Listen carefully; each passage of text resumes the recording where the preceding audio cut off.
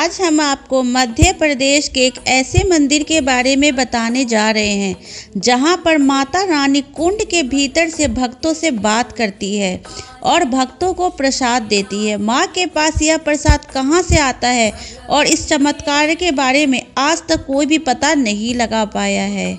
यह मंदिर मध्य प्रदेश के निवाड़ी में स्थित है, जिसे अछरू माता मंदिर के नाम से जाना जाता है, जहां प्रतिदिन हजारों की संख्या में श्रद्धालु मां के दरबार में पहुंचते हैं, हाजिरी लगाते हैं, मां को अपनी फरियाद सुनाते हैं और साथ ही उनसे अपने कार्यों की पूर्ण होने की मनोकामना करते हैं।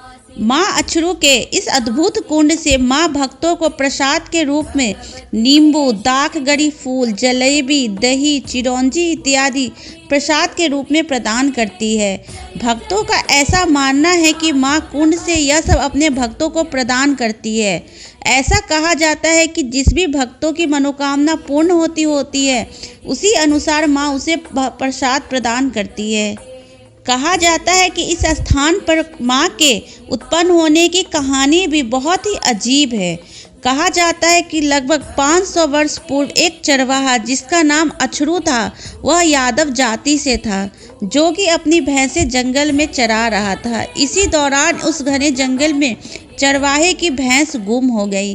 कई दिन तक चरवाहा घने जंगलों में अपनी भैंसों की खोज करता रहा।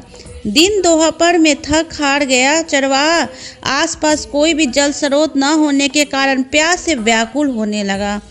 चरवाहा इसी पहाड़ी के पास एक वृक्ष के नीचे छाया देख बैठ गया, तो माता ने उसे कुंड से निकलकर दर्शन दिए और उसे कुंड से जल ग्रहण करने की बात कही।